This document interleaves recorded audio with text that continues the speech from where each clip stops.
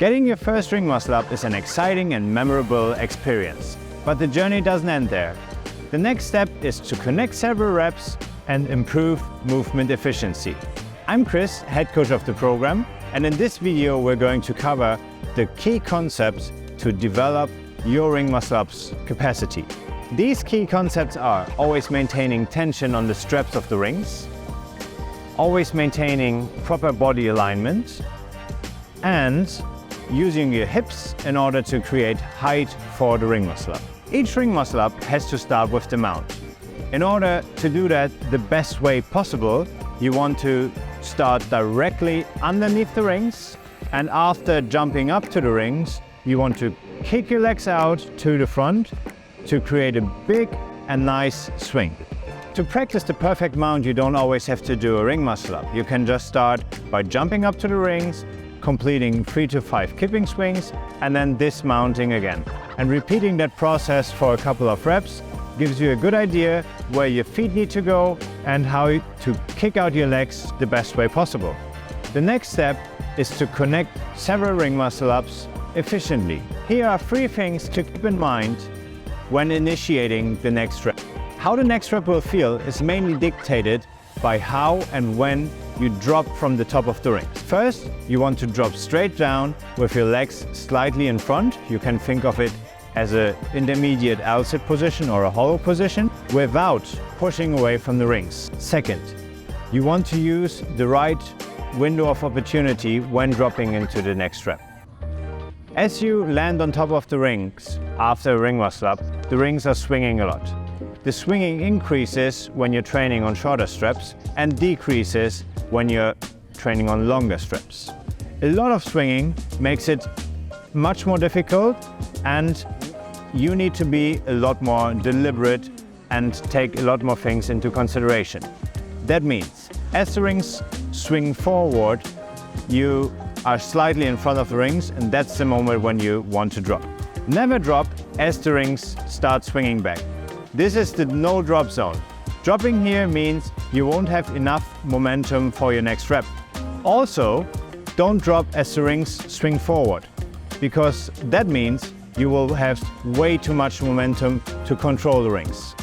Once you can connect several ring muscle ups, the next thing to think about is how to dip out of the bottom of the ring dip.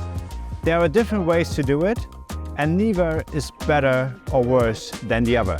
It's just different styles, and you have to find your own style and what works for you. The first one would be landing in the dip and tucking your knees explosively in order to gain momentum to dip out of the bottom position. The second one would be landing in the bottom of the ring dip and swinging your legs back in order to gain momentum for the ring dip. But no matter which style you're using, we would always recommend using the kipping ring dip and avoiding the strict ring dip as much as possible to save your triceps and shoulders the best you can while doing a large set of ring muscle ups. To practice these different styles, we would recommend starting on the low rings first. That means you set up rings you would normally use for ring dips, and then you try different styles, holding the bottom position of the ring dip, and then by explosively pulling your knees to your chest, you press out of the dip. You can do that for several reps to get an idea how it should feel. The other style can be practiced in a similar fashion. That means holding the bottom of the ring dip and swinging your legs front to back, and once your legs come back, you press out of the ring dip. The last concept is always maintaining tension on the ring straps. That means when your body is swinging forward with the rings, you have to take the rings with you and actively push the rings forward and away from you. You always want to have your thumbs facing one another and your palms facing directly forward. As you initiate the driving phase of the ring muscle up, you want to take the rings with you as well. That means your legs are swinging to the front and you're pulling back actively on the rings. Now, why is that important? Your main objective when doing a ring muscle up is apply force to the rings.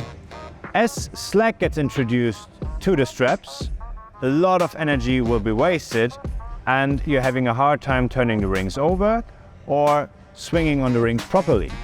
Our last tip is to to never stop working on the basics. By practicing basic ring swings, ring support holds, top and bottom, and ring dips, you have all your bases covered in order to continue to progress with your ring muscle-ups. If you want more drills or looking to get more information on the ring muscle-up, by clicking here you will get to the video. This is all the information you need to improve your ring muscle-ups. Now you can start practicing and comment down below how it's going. We will be there to help. I hope you liked this video or maybe learned something new, and we will see you in the next one.